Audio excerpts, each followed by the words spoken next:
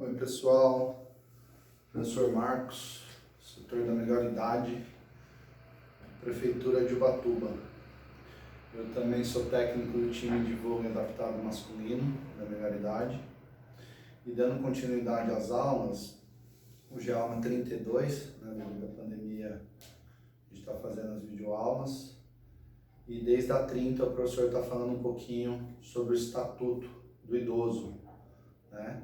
Quem tiver alguma dúvida aí, no comecinho a gente falou sobre o transporte, né? Passamos até pelo artigo 1º aí, para falar dessa disparidade entre as idades, né? De 60 anos, o Estatuto do Idoso, mas o transporte aí a partir dos 65, dos 60 aos 65, facultativa à municipalidade, né? Depois, na segunda parte, nós falamos do direito ao alimento, né?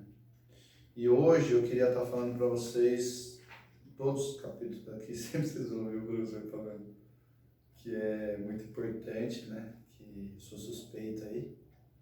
Falei para vocês também que eu estou, né, como delegado, então também sou uma das pessoas, né, que recebe as denúncias, né? E não só de denúncia, né, pessoal, vive o Conselho Municipal de Idoso. A gente também tenta traçar estratégias para atingir um número maior, e aproveitando a deixa aí, para que vocês visitem, né, quando assim que a gente passar pela pandemia, nosso Conselho do Idoso, né? A gente tem reuniões uma vez por mês, toda primeira quarta-feira do mês, tá joia? Então, em continuidade ao Estatuto do Idoso, para quem não está desde o começo aí, é a lei número 12.548, de 27 de fevereiro de 2007, onde uma das garantias que tem, e é a que eu vou falar hoje para vocês, é em relação ao capítulo 1, tá? É o título 2, né, dos direitos fundamentais, capítulo 1, do direito à vida, tá? O artigo 8º do Estatuto diz que o envelhecimento é um direito personalíssimo e a sua proteção um direito social, nos termos desta lei e da legislação vigente. É obrigação, o artigo 9 diz, do Estado garantir à pessoa idosa a proteção à vida, à saúde, mediante efetivação de políticas sociais públicas que permitam o envelhecimento saudável e em condições de dignidade.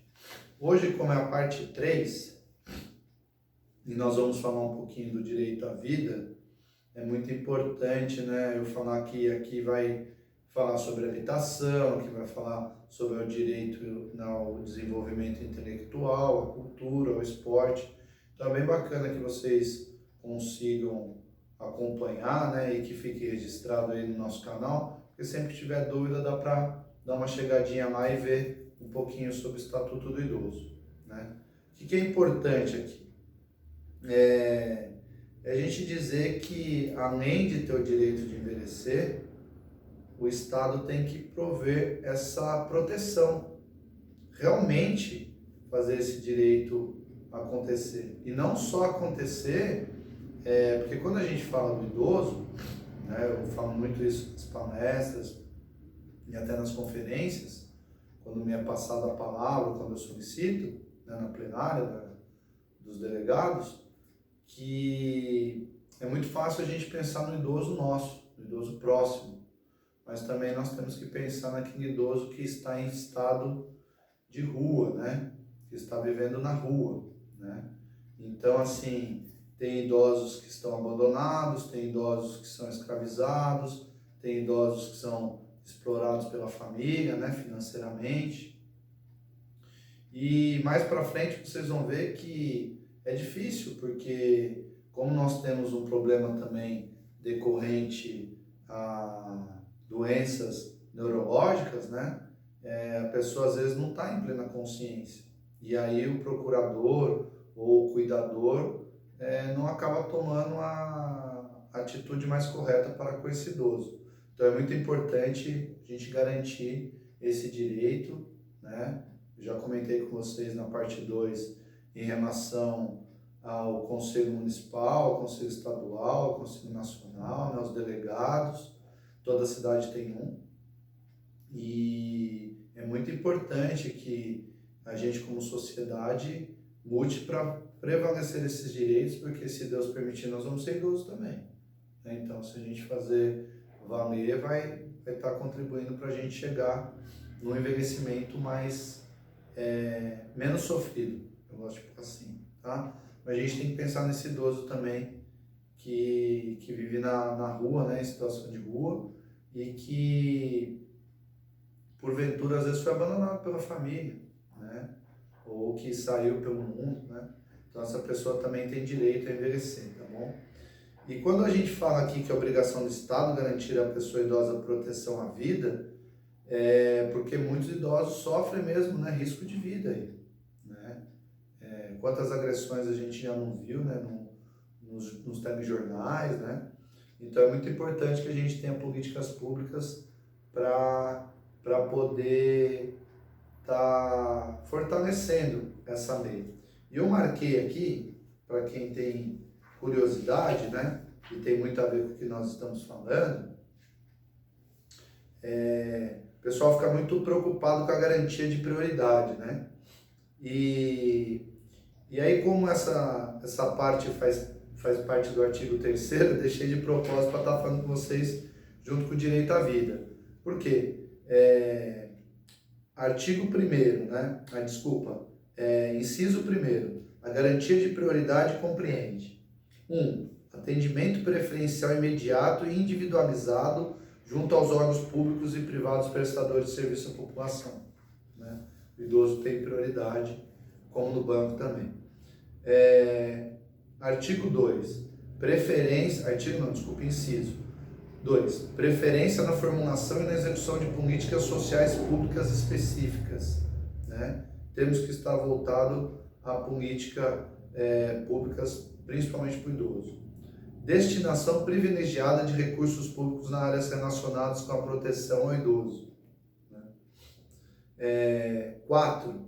Viabilização de formas alternativas de participação, ocupação e convívio do idoso com as demais gerações.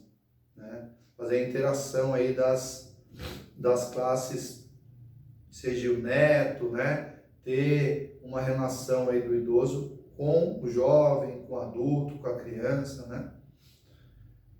Priorização do atendimento do idoso por sua própria família, em detrimento do atendimento asilar, exceto dos que não a possuam ou careçam de condições de manutenção da própria sobrevivência.